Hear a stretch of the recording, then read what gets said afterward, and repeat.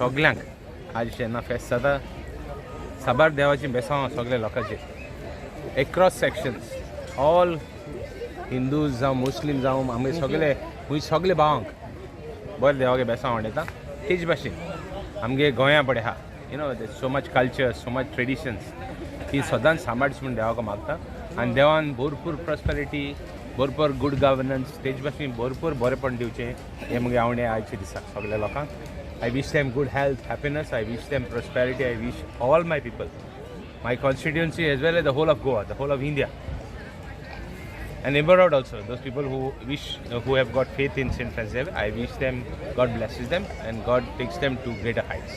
Sir, Archbishop has announced today that 21st November next year the Exposition of the St. Francis Xavier. It's a traditional affair. Every 10 years it takes place. Our commitment is that we want to make it successful. We want the people to receive the blessings, and likewise, our help, our support, whatever we can do. We will be there with full faith and full force. Thank you.